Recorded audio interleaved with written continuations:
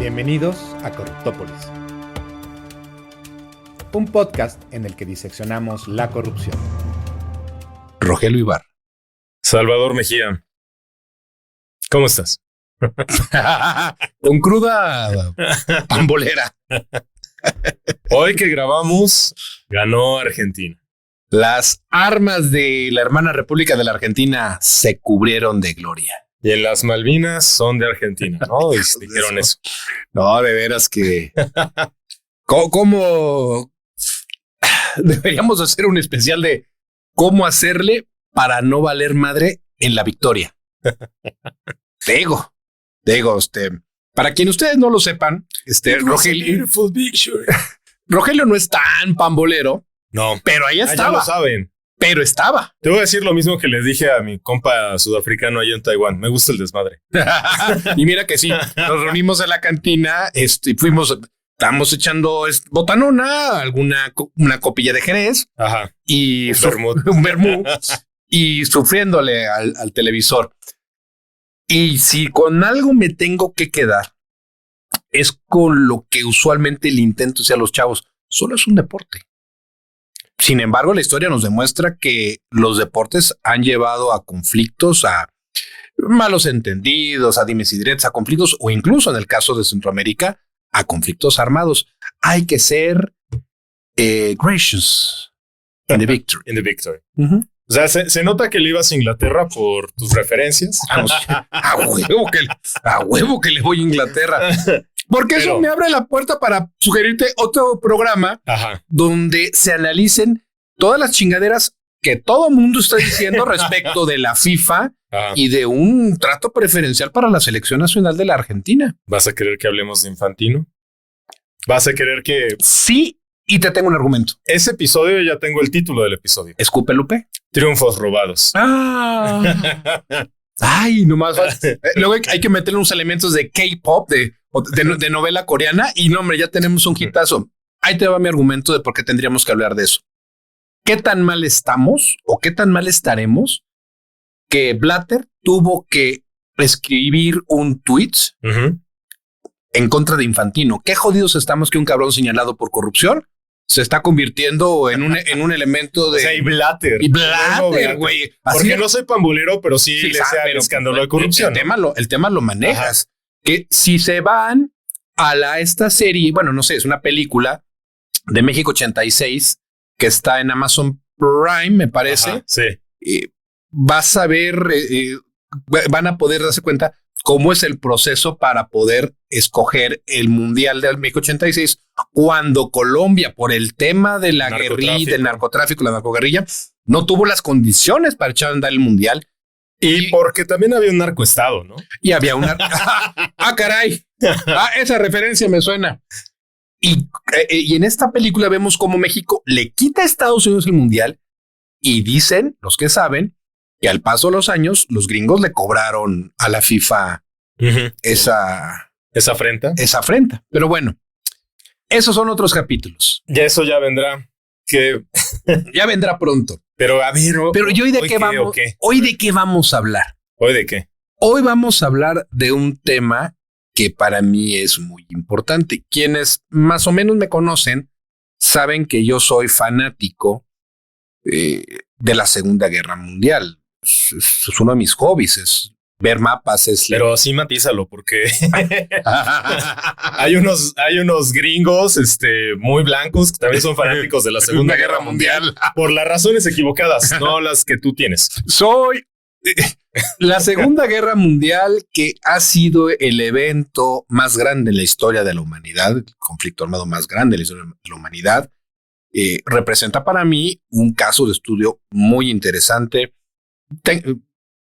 Leo libros, reviso mapas, colecciono algunos artículos e incluso desde hace unos años estoy visitando algunos lugares lugares emblemáticos vinculados a la Segunda Guerra Mundial. Y uno de esos lugares pues fueron los campos de concentración de Auschwitz y de Auschwitz-Birkenau. No solo es que te metes a las barracas, entras a la cámara de gas que está abierta. Y como lo he dicho en una que otra ocasión, ese viaje, que fue a Polonia, me permitió reentender el odio de lo que es capaz el ser humano. Y por eso, y ahora entiende, después de ver eso, y de ir a museos dedicados a la Segunda Guerra Mundial y toparte con visitantes alemanes, incluso chavos, y me generaba duda, me generaba un sano morbo intelectual, y me decían, es que aquí tenemos prohibido olvidar, porque esto nunca va a ocurrir de nuevo. Y hasta que vas a Auschwitz, bueno, cuando vas me refiero a mí, hasta que fui ahí, auténticamente entendí el tema del odio. Y de ahí me brinco al hoy por hoy. Acabo de ver la película de Nuremberg, de los juicios de Nuremberg. ¿Cuál? Está en Netflix. La donde... Con Russell Crowe. Ah, malísima, sí. No, pues no es tan buena, pero sí la acabo de ver y me hizo recordar un aspecto muy importante. Un juez de la Suprema Corte de los Estados Unidos, cuando ya se tienen a los líderes nazis, los tienen detenidos, fue enfático: no los podemos simplemente ajusticiar, necesitan un juicio. Sí. Y esos juicios de Nuremberg, insisto, que me parece un aspecto importantísimo de la historia de la humanidad, nos llevó al establecimiento de las reglas elementales para poder procesar, y con esto me callo, de poder procesar delitos de lesa humanidad, y que, pues, si quieres, podría yo decir que terminó por darle vida a la Corte Penal Internacional. Y Corte A resulta ser que el gobierno de Donald Trump, que no es parte de la Corte Penal Internacional, está lanzando una campaña para destruir a la Corte Penal Internacional bajo el argumento de que nadie tiene la autoridad para juzgar a ciudadanos norteamericanos. Es decir, hay por ahí un par de investigaciones de delitos, de crímenes de guerra, de crímenes de lesa humanidad, perpetrados por el ejército de los Estados Unidos, empezando por Irak. Entonces, me parece, y te cedo la palabra, a mí me parece que es muy importante que la gente entienda lo trascendental que es tener un tribunal que pueda atender aquellos delitos que son tan graves que trascienden no solo a los afectados, no solo a las víctimas, no solo al país donde ocurrió, sino que afectan al mundo entero. Yo creo que me dejaste un balón botando, porque como tú muy bien señalas, yo creo que de las cosas que a mí más me llaman la atención es el párrafo inicial del alegato de apertura del Justice Robert A. Jackson, en donde, y me permito citar, donde dice: el privilegio de inaugurar el primer juicio de la historia por crímenes contra la paz mundial impone una grave responsabilidad. Los agravios que pretendemos condenar y castigar fueron tan deliberados, tan malignos y tan devastadores que la civilización no puede tolerar que sean ignorados, porque no podría sobrevivir si volvieran a repetirse. Que 4 grandes naciones, exultantes por la victoria y heridas por los daños sufridos, contengan la mano de la venganza y sometan voluntariamente a sus enemigos cautivos al juicio de la ley, constituye uno de los homenajes más significativos que el poder haya rendido jamás a la razón. Y a esta reflexión que hace el Justice Jackson, en ese momento el fiscal en jefe encargado de los juicios de Nuremberg, a mí me permite y me da pie para decirte que esto que sucedió con Marco Rubio en lo que dijo el lunes 13 de julio, en una editorial en el Wall Street Journal, que fue seguido por unos posteos en X, que fue seguido por unos videos y unas entrevistas, no es otra cosa para mí sino esta vieja discusión entre el derecho y el poder, entre esas dos caras de la misma moneda. No es tan famoso porque es una persona que quizá se concentró más en el desarrollo de lo que es ahora la Corte Penal Internacional, pero también estuvo dentro del equipo de fiscales, que es Ben Ferencz. Ben Ferenc, que murió en 2023, cumpliendo 103 años, y que era el único sobreviviente de todos los equipos jurídicos que los 4 países, Estados Unidos, Reino Unido, la Unión de Repúblicas Socialistas Soviéticas y Francia, habían enviado a los juicios de Nuremberg. Ben Ferenc tiene, ahí está su entrevista en 60 minutos, está su documental en Netflix, muy, muy bueno. Repítelo. Ben Ferenc. Ok. Y están también No todos lo he visto, escritos. no lo he visto, lo voy a ver. Están todos escritos. Además, Ben Ferenc, imagínate a alguien que con escasos 25, 26 años y con 2 o 3 añitos de haber salido de la Escuela de Derecho de Harvard, ¿Qué crees? le dicen, oye, carnal, vente, que querías litigar. Sí, mira, te tenemos una chamba. ¡Qué casualidad! Tenemos una chamba, ponte acá a hacerlo, y él es el que lleva. Acuérdense que los juicios de Nuremberg, pues, se enjuiciaron a bastantes personas, pero Del primer círculo, perdón que te interrumpa. Exacto. Del primer círculo de Adolf Hitler Así es. y en una primera instancia.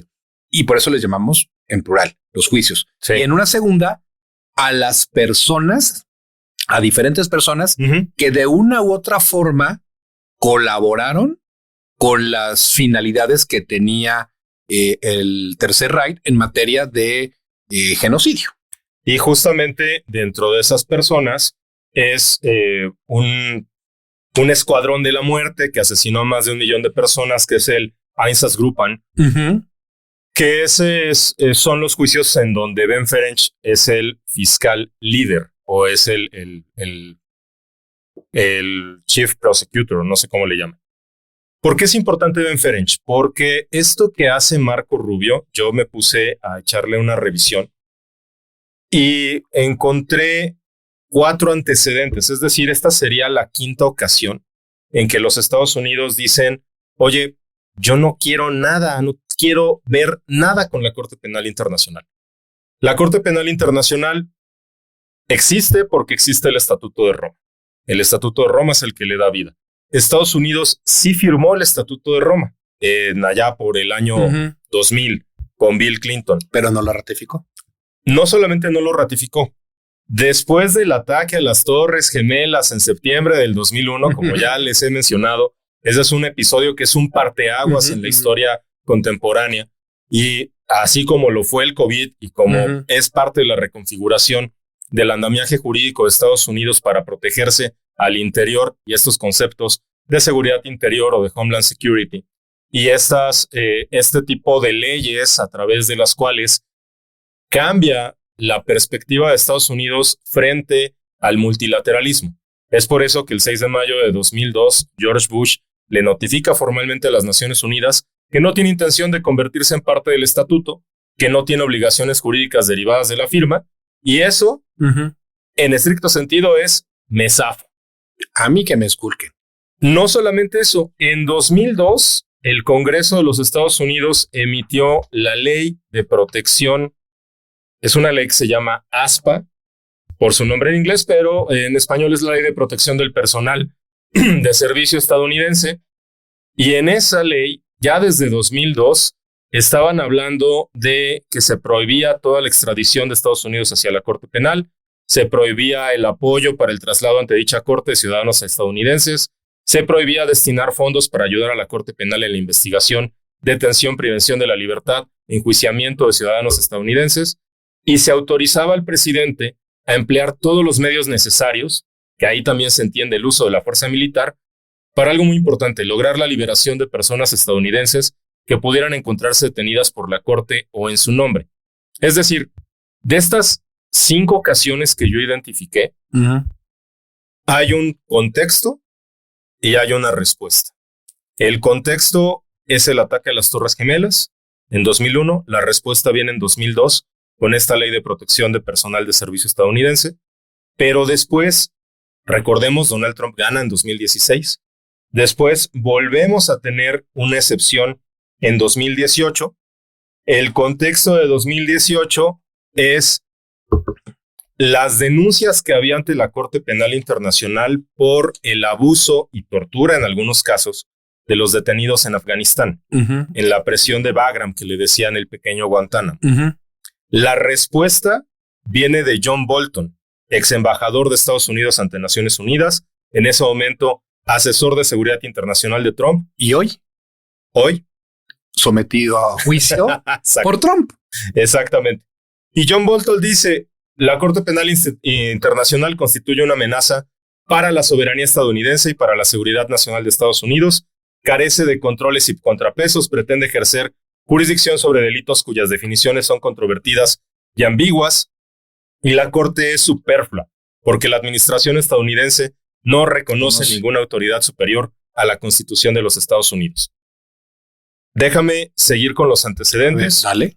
Tenemos nuevamente en 2020, había una investigación por parte de la Corte Penal Internacional respecto del conflicto en Afganistán, y en ese momento el secretario de Estado Mike Pompeo, que había sido director de la CIA y por lo tanto estaba involucrada su agencia y los operativos de su agencia como cómplice en la comisión de crímenes de guerra, señaló que este tema estaba siendo muy politizado, acusó a la Corte Penal Internacional de ser una corte canguro, un kangaroo court, una corte espuria, una corte ad hoc que ignora estándares de debido proceso y que no tiene legitimidad.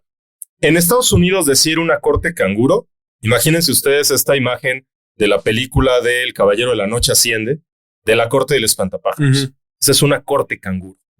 O sea, no reconozco exactamente a este tribunal. Exactamente, o sea, lo que está diciendo es no tienen legitimidad. Que al final, y es lo que también en su momento Goering dijo, el mariscal Goering dijo sí, claro. Y lo mismo del que dijo tribunal Saddam militar. Hussein Es correcto. y lo mismo que dijo Nicolás Maduro en su opening statement en la corte del Distrito de Nueva York. Yo no reconozco, y si no te reconozco, me voy a quedar callado. Exacto. Y entonces, en este contexto de 2020, la respuesta viene por parte de Mr. Donald Trump en su primer mandato, donde emite una orden ejecutiva donde autoriza la imposición de sanciones económicas y migratorias contra personas extranjeras que participen directamente en investigaciones, detenciones o procesos. A ese antecedente del 2020, esta persona que yo les digo, este abogado, Ben Ferenc, que murió en 2023 a los 103 años, porque nació en 1920, ahí tenía 100 años el señor, escribió una columna. Y en esa columna, si ustedes tienen oportunidad de leerla, explica, o sea, estás hablando de un güey que fue fiscal en Nuremberg, que estuvo cuando el Justice Jackson los juntó y dijo, a ver, tenemos que delinear, como tú muy bien señalaste, cómo vamos a tener una jurisdicción internacional. Porque había muchísimos problemas legales, sí, políticos y logísticos para que estos juicios ocurrieran. Y nada más para que tomes sorbito de agua. Piensen, le pido a la audiencia que piense que no existían leyes que penaban, que criminalizaban lo que hicieron los nazis. Exacto. El genocidio. Entonces, ¿cómo vamos a juzgar algo que no estaba previsto? ¿Cómo nos vamos a poner de acuerdo los países vencedores? ¿Cómo vamos a hacerle para eliminar un concepto que estaba muy arraigado? El de la obediencia. Pues yo estaba siguiendo órdenes. La obediencia de vida. Y el más importante de todos, ¿están seguros que nos vamos a aventar este tiro? Porque si en una de esas fallamos en este supuesto, y perdóname lo del supuesto, porque estamos hablando de antes del evento, en este supuesto juicio, y salen libres Goering y todos los demás, pues esto va a ser una pinche derrota del tamaño del mundo, y van a surgir voz y le va a costar la presidencia a Roosevelt. Y técnicamente nos van a decir que somos unos pendejos, ¿no? Exacto. Ahí el dilema jurídico era dos conceptos: la extraterritorialidad de la ley y la nación soberana. Si yo soy una nación soberana y fui soberanamente electo por el pueblo, porque recordemos que Adolf Hitler fue electo por el pueblo, que es un tema ¿en cuánto tiempo? 14 días. Y ya después el régimen. Y ya después hizo una serie de órdenes ejecutivas, de medidas extraordinarias. Porque le dieron el poder. Le dieron poder. Le dieron un poder absoluto, ¿no? Un poder. Y nada bueno sale de eso. Nada bueno sale de eso. Pero si es un gobierno democráticamente electo, como pudiera pensarse, en una nación soberana, ¿por qué van a venir otros naciones soberanas a establecer un tribunal, por eso se le llama tribunal ad hoc, porque no existe antes, a juzgarme conforme un conjunto de criterios o de guidelines que no existían antes, y entonces el principio de no existe pena sino la ley y no hay crimen sino la ley se va casi por la coladera.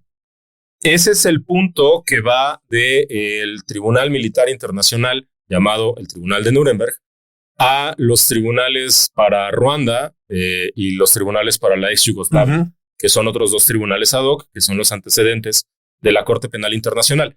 Por eso Ben Ferenc, que estuvo en estos esfuerzos, ¿qué escribió?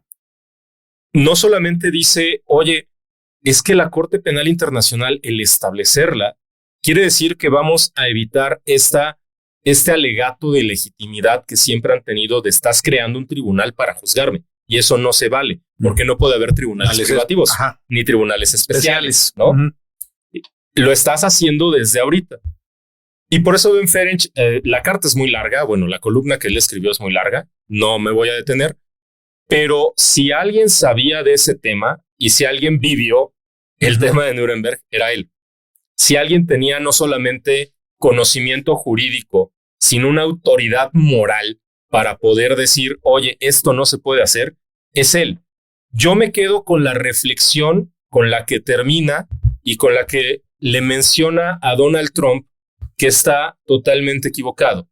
Y en esa mención que le hizo a Donald Trump, lo que él señala es, oye, tú lo que estás haciendo, o señor presidente, usted lo que está haciendo con esto es poniendo en riesgo el Estado de Derecho.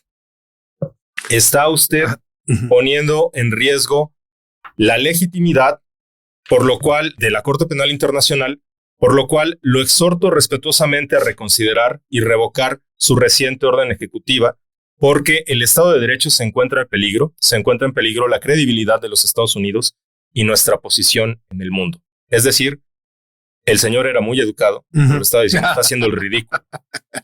El último antecedente antes de lo de Marco Rubio es en 2025. Es decir, ya pasó la administración Biden, ya vino de regreso patrón Trump, y en noviembre de 2024, la Corte Penal Internacional lanzó órdenes de arresto en contra del primer ministro Benjamín Netanyahu. ¿Es correcto? Y del ministro de Defensa Yoav Gallant por investigaciones por la participación de Israel en crímenes de guerra y crímenes contra la humanidad por el conflicto ocurrido en Gaza. ¿Cuál es la reacción? La reacción es otra orden ejecutiva de Trump llamada imposición de sanciones a la Corte Penal Internacional. Y en esa en esa orden ejecutiva se autorizó que hubiera sanciones contra funcionarios de la Corte que apoyaran investigaciones relacionadas con Estados Unidos o sus aliados. Y las sanciones incluían el congelamiento de activos, las restricciones a las transacciones financieras, prohibiciones de viaje, y fueron aplicadas a Karim Khan, que es fiscal de la Corte Penal Internacional, a varios otros jueces de la Corte, a una relatora especial de Naciones Unidas sobre Derechos Humanos, a Francesca Albanese, y a 3 organizaciones palestinas de derechos humanos, porque se acusó de apoyar investigaciones de la Corte Penal Internacional. Y que tengo entendido que incluso llegaron a demandar al gobierno de Donald Trump. Pero esa es la reacción. Esa es la reacción. Exacto. Demandan al gobierno de Donald Trump, perdón. Sí, sí. Y ese es el contexto, y la reacción es lo que dice Marco Rubio. O sea, mi exposición va en contexto y reacciona, contexto, reacciona. Y para que la fina y educada audiencia lo visualice, estas sanciones terminaron por ser ejecutadas, entre otras por la OFAC, por esta oficina que se encarga de manejar su famosa lista negra. Es decir, lo subieron a una lista donde también están narcotraficantes, donde también hay genocidas, donde también hay personas o funcionarios públicos, como por ejemplo los venezolanos, algunos venezolanos que han incurrido en violaciones de derechos humanos. ¿Me estás diciendo que jueces de la Corte Penal Internacional, me estás diciendo que personas tan importantes como una relatora, me estás diciendo que personas que están todos los días intentando combatir, combatir, no, qué exagerados, de traer ante una suerte de justicia, crímenes por genocidio, crímenes contra la humanidad, crímenes de guerra, et al. Me estás diciendo que personas con esa responsabilidad están siendo atacadas mediante el uso del lawfare por parte del gobierno de los Estados Unidos. Y si tu respuesta es sí, como lo es, inevitablemente te va a responder, híjole, es que no me cuadra. Y no me cuadra porque estos juicios de Nuremberg pues fueron empujados realmente por el gobierno de los Estados Unidos. Ajá, claro. Los rusos, mátenlos en caliente. Los rusos querían sangre. O sea, venían de la batalla de Stalingrado. Coño, Mickey. Esa es la razón por la que Ben Ferenc le dice, estás poniendo en riesgo la credibilidad de Estados Unidos en la Corte Penal Internacional. No la estamos justamente jugando. por lo que tú estás diciendo. O sea, no la estamos jugando. Carnal, sacaste a un justice de la Suprema Corte de los Estados Unidos, de la Corte Suprema y que le costó le costó la propia presidencia de la Corte que estaba, no, porque estaba en línea a que iba. ¿Me escuchas, Lenia? Aquí iba a presidir la Corte. Lenia, no te lleves a trabajar a tu ex a la Corte. Donde comen 94, comen 95. Donde hubo fuego, engroses quedan. ¡Ay! Engroses de sentencia. Es usted un poeta consumado. O a riesgo. Que se lo preste a su comadre María Estela Ríos y que entonces el exfiscal, don Ulises Lara, llegue a rescatar a la ministra como rescató en algún momento a algún senador de una situación muy compleja. Yo creo que puede llegar así, véngase, ¿no? Ya tenemos telenovela. Pero bueno, ponían en riesgo, íbamos a poner en riesgo. Estaba el Justice Jackson, que le costó la presidencia de la Corte, y el Justice Jackson fue el que definió todo, pero todo el equipo legal que se construyó, en el cual, pues, entre Harvard y Yale, creo que son los que aportaron más abogados a ese equipo, porque pues, tampoco es que hubiera muchísimas escuelas de derecho en ese momento, están poniendo en riesgo estas acciones, estas excepciones que, insisto, yo las que investigué 2002, 2018, 2020, 2025, 2026, el papel de Estados Unidos para poder frenar el poder. Por eso la frase del Justice Jackson me resuena tanto. ¿En qué momento es el mayor homenaje que se le ha dado para privilegiar la razón en lugar del poder y la fuerza? Y cuando el Justice Jackson dice la razón, por supuesto que está diciendo el derecho. Y entonces, para mí, esto que está haciendo ahorita la administración Trump no es otra cosa sino revivir el viejo debate entre si un día se encontraron el poder y el derecho como dos caras o dos anversos de la misma moneda o un reflejo del otro. ¿Quién prevalece? ¿Qué prevalece uno sobre otro? Y si prevalece uno sobre otro, ¿qué nos están diciendo? En los juicios de Nuremberg, con esta idea de los Estados Unidos tratando de construir un orden jurídico internacional, lo que estaba haciendo es que el derecho fuera un límite y valladar al poder, y que el poder se sometiera, y que se sometieran por voluntad propia, porque el derecho internacional se basa en eso, en la buena fe y la voluntad propia de los países firmantes, que se sometieran a una jurisdicción distinta. No la tuya ni la mía, construimos algo, y no vamos a pasarnos de listo con los vencidos, vamos a darle su debido proceso, vamos a darle sus garantías de audiencia, vamos a dejar que aleguen lo que a su derecho convenga. Porque te interrumpo, porque eso ha sido señalado como uno de los, entrecomillado, errores cuando finalizó la Primera Guerra Mundial.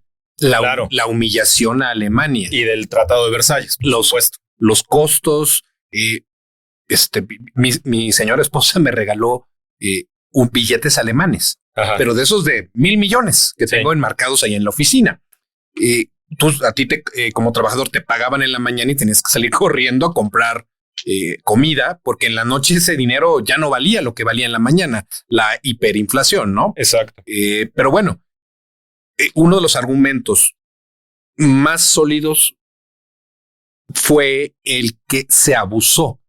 Pero mira lo que me hicieron. Sí, entiendo lo que hizo Alemania, lo cacho. La Primera Guerra Mundial, desastrosa, millones y millones de muertos. Sí, está bien. Pero asfixiaste tanto a un país que inevitablemente tengo que pensar en varias de las premisas de Sun Tzu. Una de ellas te plantea un escenario en el cual si tú acorralas a tu enemigo, un ejército de 100 hombres van a luchar sabiéndose perdidos como si fueran 1000.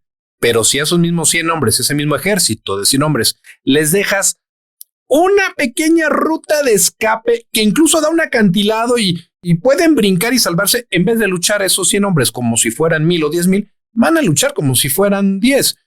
No les dieron la oportunidad para que se reconstruya Alemania con otras reglas, con apego al Estado de Derecho, con la equidad. Bueno, al final del día, el pueblo, qué pinche culpa. La bronca siempre son. La bronca es de las jerarquías, de las cúpulas. Y eso fue el caldo de cultivo para que llegara fíjate, es más, hasta déjame hacer este ejercicio, le voy a quitar el nombre, para que llegara una persona que dijera, estamos jodidos.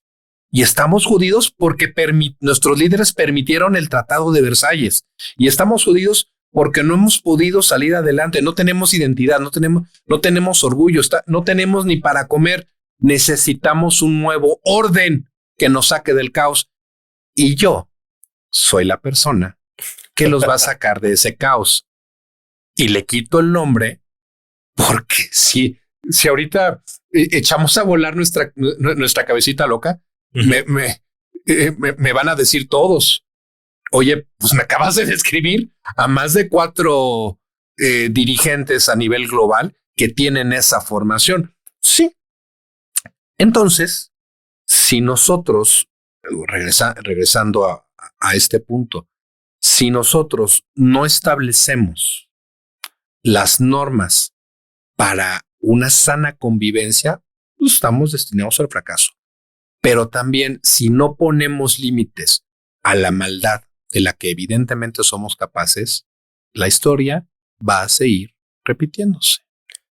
Yo creo que es muy importante lo que señalas porque efectivamente los distintos juicios que se llevaron en Nuremberg pudieron matizarse la responsabilidad de algunas personas. En específico, por ejemplo, en estas del Einsatzgruppen, donde estuvo Ben Ferenc, hubo, si mal no recuerdo, eran 26 personas a las que estaban acusadas, y de esas 26, 13 merecieron por parte de los juzgadores una sentencia de muerte, una condena de muerte, pero hubo otros que estuvieron condenados a cadena perpetua y hubo otros que estuvieron condenados a prisión por 40 años. Y los que se suicidaron. Pero, ¿por qué fue esto? O sea, ¿por qué hubo esta diferenciación? Porque justo el poder darles una garantía y un derecho de audiencia les permitió explicar cómo estuvieron involucrados, permite explicar esta excluyente responsabilidad respecto de la obediencia a una instrucción de un superior jerárquico. Y hubo algunos que renunciaron en el momento que pudieron porque no querían cumplir esas órdenes, y eso fue tomado en cuenta por el tribunal para temperar su condena. Incluso hubo un absuelto.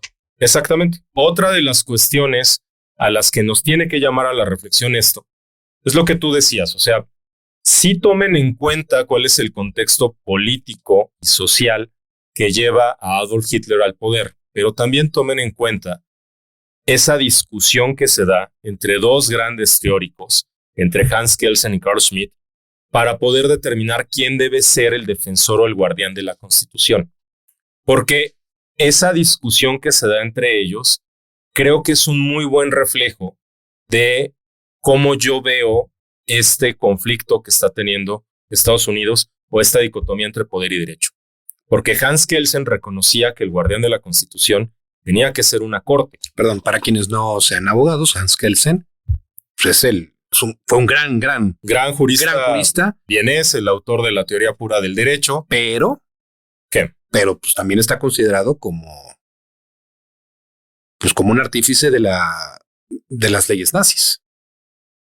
No, más bien porque si tú consideras, si tú le quitas el aspecto de moralidad al derecho, porque es una teoría pura del derecho, tú puedes decir que entonces el derecho que está constituido es legal, es legítimo y estoy obligado a seguirlo. O sea, ese es llevar a Kelsen al extremo. Yo no concuerdo, no estoy de acuerdo. Pero bueno, la polémica entre Kelsen y Carl Schmitt, Kelsen dice, el guardián de la Constitución tiene que ser una corte. Carl Schmitt dice, no, el guardián de la Constitución tiene que ser el titular del Reich, tiene que ser el presidente, tiene que ser el líder, porque el líder fue electo por la mayoría y representa la voluntad del poder del pueblo alemán. ¿Por qué menciono esto? Porque estas ideas, mientras que Kelsen está diciendo hay que acotar y hay que limitar el poder a través del derecho, lo que está diciendo Carl Schmitt es que muchos de los conflictos entre el poder y el derecho se resuelven por la vía política, no por la vía jurídica. Y al resolverlo por la vía política, se van a utilizar algunos conceptos como soberanía, algunos conceptos como seguridad, algunos conceptos como defensa, algunos conceptos como voluntad popular. Y esos conceptos son los que yo veo de 2002, 2018, 2020, 2025 y 2026 en el discurso de los Estados Unidos para rechazar la jurisdicción de la Corte Penal Internacional. Y hace rato olvidamos mencionar que también tienen orden de aprehensión contra Vladimir Putin, by the way. Ah, claro. También. Y a partir de aquí, yo te digo, bueno, está padre que hablemos de teóricos, está padre que hablemos de historia, brinquemos tantito a la parte práctica, la praxis de todo esto. Yo estoy convencido de que el intentar desaparecer, el eliminar a la Corte Penal Internacional puede y debe ser considerado como un punto muy bajo dentro de la política norteamericana. Mira, con que no te reconozca, con que no te pele, con que te haga el ghosting, basta y sobra. Pero el lanzar un programa de sanciones en contra de la Corte, el tal vez escalarlo a te quito visas, el escalarlo a, pues ahora yo voy a ser quien te juzgue en ausencia, nos lleva a un escenario que no es sano para nadie. Incluso recuerdo que se empezó a analizar en Europa la viabilidad de ignorar los programas de sanciones económicas de los Estados Unidos. Y eso nos hubiese llevado a un escenario bien complicado, porque la orden, digo, dentro de todo lo que se platicó, la orden hubiese terminado por ser algo así como: yo, autoridad financiera de la comunidad, les digo a los bancos que operan aquí que la lista negra de la OFAC no tiene ningún valor para nosotros y no debe de ser observada. Entonces los bancos van a voltear a su casa matriz en Estados Unidos y van a preguntar qué tenemos que hacer, qué es lo que cómo vamos a salir de este problema. Y la respuesta va a ser: a mí me vale una pura y dos con sal. Estas personas quedan vetadas. Y eso hubiese sido un gran problema. ¿Cómo terminaron, cómo salieron avante los jueces de la Corte Penal Internacional? Pues gracias a que están basados en Europa. Y segundo, a que tal vez y solo tal vez tuvieron que pagarles, no sé, por medio de cripto, porque ningún banco podía tener relaciones comerciales con ellos. Pero bueno, me parece terrible que lo hayan hecho así los americanos, pero también entiendo algo. Y tú lo dijiste muy bien. A Estados Unidos lo tenemos que entender de una manera diferente desde septiembre 11. ¿Y por qué me regreso a septiembre 11? Pues porque estamos a nada de cumplir 25 años. Así es. Estamos a nada y los americanos van a utilizar este aniversario para hacer un chingo de cosas. Pero bueno, entiendo que desde septiembre 11 el gobierno de los Estados Unidos cambió su mentalidad y la cambió porque otra vez nos enfrentamos a un evento catastrófico que no estaba previsto. ¿Cómo eran los actos terroristas? Pues te pongo una bomba. Exacto. Aviento una granada. Un coche bomba, una persona con un chaleco inmolándose. Es correcto. Una ametralladora, qué sé yo, ¿no? Suelto gas en una estación del metro. Alguito, ¿no? Ajá. O sea, eran escenarios eran escenarios previstos. El secuestrar aviones y hacerlos e impactarlos en contra de las Torres Gemelas y del Pentágono. Y del Pentágono, e intentar hacerlo también con el United 93. Ajá. eran cosas más las que se suponen que no lograron ejecutar. Era algo que no estaba previsto en los escenarios de riesgos. Entonces y siempre me acuerdo en el documental de Michael Moore de Fahrenheit 9/11. Ahí entrevista a Ben Ferenc. Ah, sí. Lo voy a volver a ver. A mí se me pasó, o sea, yo cuando lo vi no sabía quién era. Dije, un viejillo. Un viejillo. Un viejillo sobreviviente del holocausto. Yo pensé en aquel momento, pero no sabía quién era. La voy a volver a ver. La escena donde Bush está en esta escuela en Florida y le llegan a dar la noticia. Cuando está leyéndole a los niños. Le está leyendo a los niños y Michael Moore, con toda la pinche mala leche del mundo, porque también hay que decirlo, entra su voz en off como si estuviera en la cabeza de Bush. ¿Quién me habrá traicionado? Los irá, el príncipe tal. No, maldita sea. Todos me vieron la cara de pendejo. Y en ese momento deciden cambiar su estrategia, lanzan una guerra sin precedentes, yéndose en contra de las Naciones Unidas, claro, cambiando sus leyes. Y pausa. No sé si a nuestra fina y educada audiencia le cuadre este dato, pero es justamente lo que Trump está haciendo desde que llegó por segunda vez a la Casa Blanca. Está cambiando está cambiando con jugadas muy prácticas el escenario para que puedan hacer lo que se les dé su rechingada gana. Me lo traduces sí como no. El mero hecho de designar a cárteles como organizaciones terroristas le abre la puerta para utilizar muchísimas más leyes a diferentes agencias y el tratamiento brinca de procuración de justicia a Homeland Security. Los gringos cambiaron absolutamente todo y empezaron una dinámica de invasiones. Y eso es lo que creo que al final es la preocupación real de funcionarios norteamericanos. What if la Corte Penal Internacional decide irse en contra de, diré nombres a lo menso, Donald Trump, Marco Rubio, el como se pedille? ¿Qué pasaría? Pues la realidad a mí me dice que no pasaría. A ver, quiero ver quién es el guapo que decide procesarme, pero estarías procesado por la Corte Penal Internacional. Esa acusación va a avanzar. Como la acusación contra Felipe Calderón. Pim. Presente su denuncia. O la acusación que recientemente presentaron Germán Martínez, diputado federal panista, ante la Corte Penal Internacional. ¿Tú eres panista? Era de Morena, se salió de Morena, se fue al PAN, estuvo sin partido un rato siendo senador. Bueno. Y ahora es diputado federal panista. Bueno, ok. ¿Y qué hizo? La denuncia que presentó ante la Corte Penal Internacional en contra de Andrés Manuel López Obrador. Y aquí es cuando llegamos a un punto muy importante. Quisiera pensar que la audiencia ya empezó a manejar la idea de lo importante que es tener una instancia por encima incluso de tus instituciones. Y lo estamos viendo en México. Tú lo has dicho con mucha precisión cuando hemos hablado del TMEC. Es que Trump, tú lo firmaste. Sí, pero era otro México. Un México con jueces. Un México con un Estado de Derecho totalmente diferente al actual. Hoy por hoy, platiquemos con las amigas y los amigos litigantes. ¿Tú te avientas a ir a un litigio ahorita? Híjole, pues no sé, mano. Yo ya no sé si tengo o no tengo garantías. No te preocupes. Hay una Corte Interamericana de Derechos Humanos.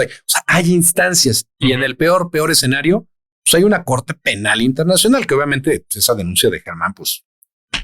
Está interesante la forma en cómo lo tratan de cuadrar por un concepto. Acuérdense que nosotros los abogados nos manejamos con base en categorías y conceptos, y el concepto que él utiliza es uno que se llama aquiescencia del Estado mexicano. La denuncia es por las desapariciones, porque las desapariciones, él señala que están ligadas al crimen organizado y que el Estado mexicano, durante la administración de López Obrador, fue aquiesciente con el crimen organizado, les permitió al crimen organizado tener todo esto, y entonces se consideran también como parte de crímenes contra la humanidad. Es curiosa la historia, son curiosas las paradojas de la historia. Derivado del 11 de septiembre de 2001 del ataque a las Torres Gemelas, viene esta ley que les había yo mencionado, la ley ASPA. Y esa ley es el primer esfuerzo de Estados Unidos para decir, yo no quiero Corte Penal Internacional. Yo lo que quiero es venganza. Y tan quiero venganza que voy a ir a invadir Irak. Y me va a valer gorro el Consejo de Seguridad que ayude a construir. Y le valió. Me va a valer gorro Naciones Unidas, que es una institución de la posguerra que ayude a construir. No solamente le valió, perdón que regrese tanto esta persona, Ben Ferenc lo denunció y dijo, esto que acaba de hacer Estados Unidos sería sujeto de juicio ante la Corte Penal Internacional George Walker Bush o George Bush Jr. por hacer la guerra sin autorización del Consejo de Seguridad. Esa ley de 2002, la ley ASPA, tiene una excepción, tiene una enmienda. La enmienda fue hecha por un senador demócrata que se llama Christopher Dodd, que curiosamente es hijo de Thomas Dodd, quien también fue fiscal en los juicios de Nuremberg. Y esa excepción que hace este senador, lo que dice es, nada de lo dispuesto en esta ley, que es yo renuncio a la Corte Penal Internacional, impedirá que los Estados Unidos presten asistencia a los esfuerzos internacionales encaminados a llevar ante la justicia a Saddam Hussein, Slobodan Milosevic, Osama Bin Laden, otros miembros de Al-Qaeda, dirigentes de la Yihad Islámica y otros ciudadanos extranjeros acusados de genocidio, crímenes de guerra o crímenes de lesa humanidad. Esa última parte, dicen los expertos en derecho penal internacional, que fue como que la manera en que se podía medio zafar y quedar bien ante el resto de las naciones, diciendo, no, pues es que aquí dice, oye, pero antes dijiste que tal y tal y tal. Sí, hombre, pero mira, ahí viene la puerta de salida. O como diría mi tío en paz descanse, que me enseñó tantas cosas, hijo, nadie compra un coche que no tenga reversa. Ahora, yo no puedo concordar más contigo. O sea, ¿qué está pasando con Trump y cuál es la proyección que está teniendo de los Estados Unidos de América, su concepción de los Estados Unidos de América? En este segundo mandato yo he visto un repliegue multilateral. Si hacemos recuento, en enero de 2025 se retiró Estados Unidos de la Organización Mundial de la Salud, del Acuerdo de París, suspendió su participación en el Consejo de Derechos Humanos de la ONU, suspendió financiamiento a la Agencia de Naciones Unidas para los Refugiados de Palestina. En enero de este año de 2026 ordenó el retiro o ordenó que se dejara de participar y financiar a 66 organizaciones y entidades internacionales. USAID se murió y entre ellos se murieron muchas asociaciones y muchas ONGs en México y en el extranjero que dependían exclusivamente de ese financiamiento. También en ese retiro se incluyó a la Convención Marco de Naciones Unidas sobre Cambio Climático, a la CEPAL, a la Comisión de Derecho Internacional y a ONU Mujeres. ¿Qué veo yo? Yo veo a un Estados Unidos que ya no quiere un multilateralismo institucionalizado basado en reglas y organismos. Lo que quiere es regresar a una negociación al estilo Trump, a un orden transaccional donde las grandes potencias se pongan de acuerdo siempre y cuando tengan fuerza. ¿Quién yo considero que sean fuertes? Regresamos al tema de las esferas de influencia. Y entonces lo que tenemos es un multilateralismo selectivo. No por nada el escudo de las Américas. Megan. ¿No? En ese multilateralismo selectivo, pues Estados Unidos va a cooperar cuando la organización sirva a sus intereses y va a combatirla o la va a abandonar o la va a presionar cuando sienta que esa organización limite su libertad de acción. Recuerdo que incluso Trump ha utilizado como herramienta de presión la posibilidad de retirarse de la OTAN. Oye, me voy, me estoy yendo. Mírame. Vieja, agárrame porque me voy. España. No aportan. Exactamente. Y a eso ha sido un instrumento de presión porque creo que a lo que estamos regresando es a estas grandes potencias y estos espacios de influencia. Creo que se erosionó y se fragmentó este orden multilateral que fue creado en la posguerra y en la Guerra Fría. Y entre lo que estamos, insisto, es esta parte tenemos que cambiar la concepción formalista, rigorista, juridicista de creer que el orden jurídico internacional está bien cimentado. En realidad, estas muestras de poder, estos vulgar display of power por parte de la presidencia de Trump, lo que muestra es que aquí lo que rifa es la realpolitik. Tan es así que, si no me falla la memoria, en breve, acaba de ser anunciado que en breve va a haber un evento liderado por Marco Rubio. El nombrecito es algo así como la izquierda vinculada al terrorismo. Perdónenme, se me fue el nombrecito. Es que ese don Marco Rubio se aventó, chécate lo que se aventó. Dijo, la Corte Penal Internacional está respaldada y dirigida por una poderosa red de organizaciones no gubernamentales de izquierda. Globalistas arrogantes y gobiernos hostiles del tercer mundo, unidos por su animadversión hacia Estados Unidos. Entonces, junto con esto, el The Shields of America, yo te digo, pues claramente estamos de nuevo citando 1984. Europa por un lado, Asia por otro, América, válgame, América para los americanos. Uh-huh. Nuevamente estamos viendo Estados Unidos que dice, estamos frente al Estados Unidos de la preguerra mundial. Ajá. A mí no me importa lo que esté pasando. Como fan de la Segunda Guerra Mundial, lo primero que te van a decir es, de los primeros factos chingones es, no, espérame, no le creas a Hollywood necesariamente. Hitler estuvo a nada de ganar la Segunda Guerra Mundial. A nada. Sí, claro. Cometió 2 que 3 errorcillos. El error fue más bien de Japón. No, porque al final Japón decide irse en contra de Estados Unidos. Ajá. Y el pacto que tenía firmado con Hitler, con Alemania, uh-huh, no obligaba a Alemania en automático a adherirse a esa agresión de Japón, ajá, para contra los Estados Unidos. Si tú revisas las potencias del eje, si tú revisas toda la bibliografía al respecto, vas a llegar a la conclusión de que incluso Roosevelt tenía las manos atadas porque no había una declaración de guerra uh-huh, contra Alemania y el Congreso no le iba a aprobar acción militar. Japón, al día siguiente, sí, su famosísimo discurso ante el Congreso, vámonos recio contra los japoneses. Pero Churchill estaba pidiendo ayuda. Inglaterra estaba a punto de caer.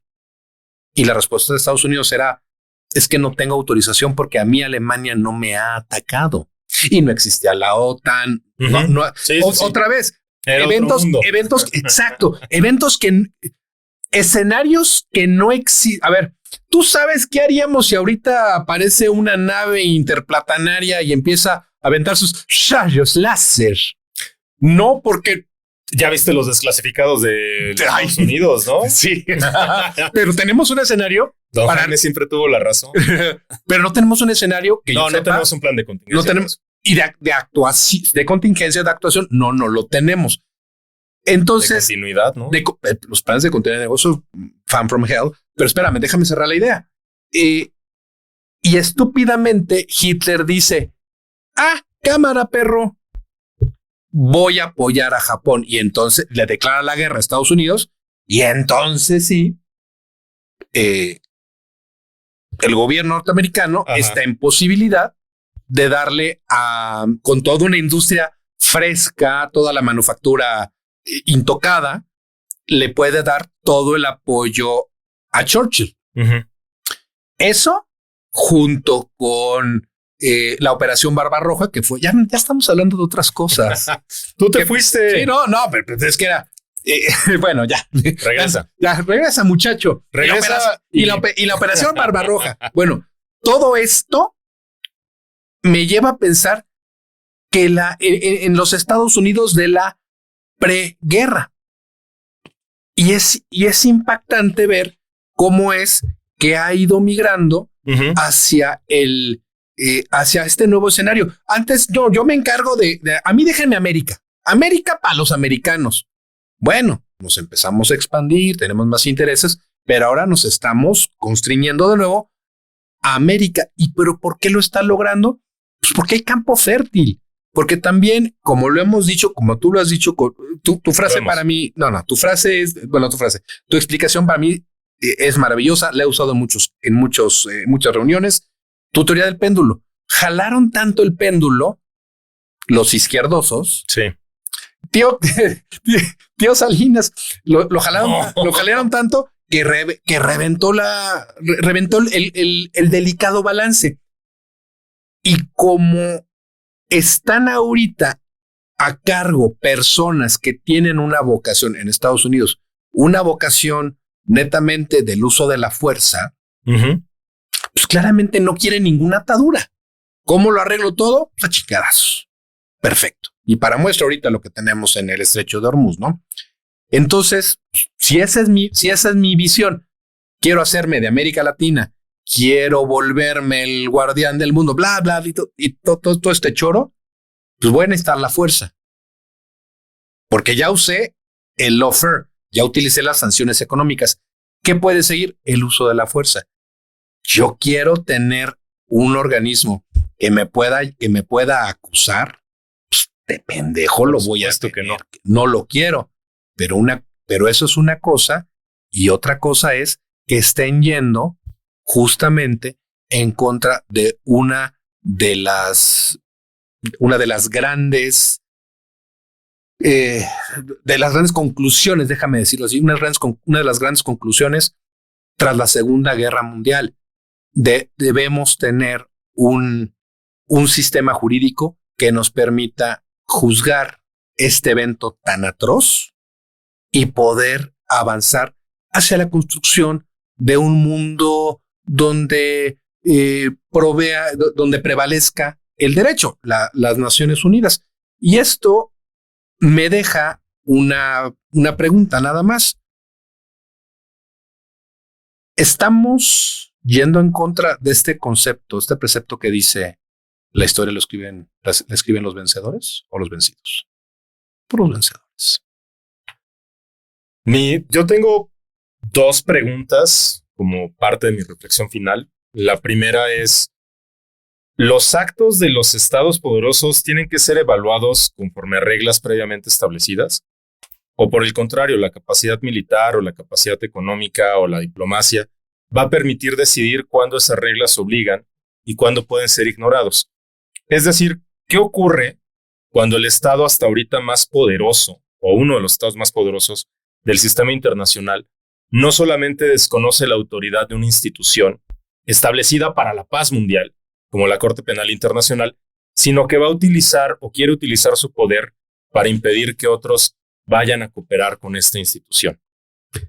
Para mí, las medidas que está adoptando Estados Unidos y que, insisto y repito, no son nuevas, simplemente se están recrudeciendo porque ya tenemos antecedentes cada vez más continuos y las expresiones de Marco Rubio son totalmente reprobables porque están llenas de calificativos y está mostrando demasiada víscera, y eso no ayuda a construir la paz ni a construir acuerdos.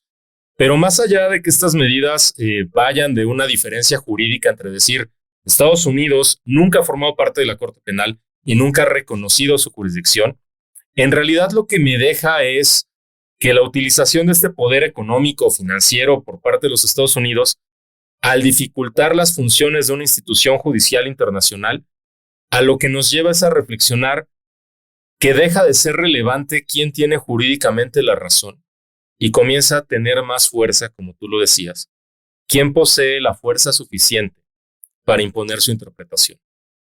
Yo, por último, quiero recomendarles una lectura que es la de Hay jueces en Berlín. Claro. Porque esa lectura tan básica lo que nos muestra es, en esta dicotomía entre poder y derecho, qué tan importante es que a través del derecho le establezcamos límites al poder y que haya jueces en Berlín o en La Haya que puedan decir quién se pasó de la raya. Y para los alumnos de Rafaelo, sí. Por si les interesa este tema, lo único que tienen que hacer es meter en su buscador de confianza juicios de Nuremberg, Harvard, y les va a aparecer un repositorio con toda la información por si les interesa el tema. Échenle un ojo a Ben Ferenc. Y así, pues terminamos. Adiós. Bye. Saludines. Saludines. A ver, Tiffany, Por eso no me arrepiento de seguirlos. Hasta parece que tienen una bola de cristal, aunque luego tardan en dar señales. Saludos, Tiffany. Jules Guitar, ya no nos dejen tan abandonados, mis mais.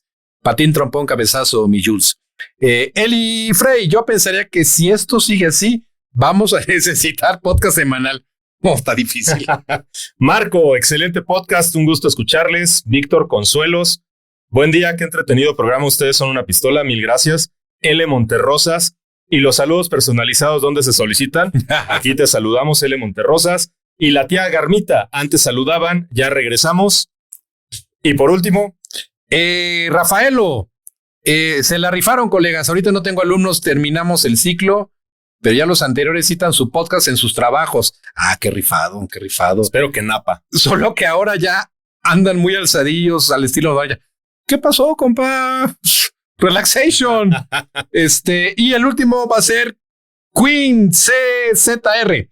Buenas tardes, y sí que tardaron, pero un gusto volver a oírlos y saber de las playeras o camisas. No me toquen ese vals. Su arroba. Cualquier queja, sugerencia, @ESMGIA en cualquier red social. ¿La suya, licenciado? @RD Ibarra en X, ya no tengo ningún otro. Vámonos recios. Brought to you by Pa Yay Yesh Productions.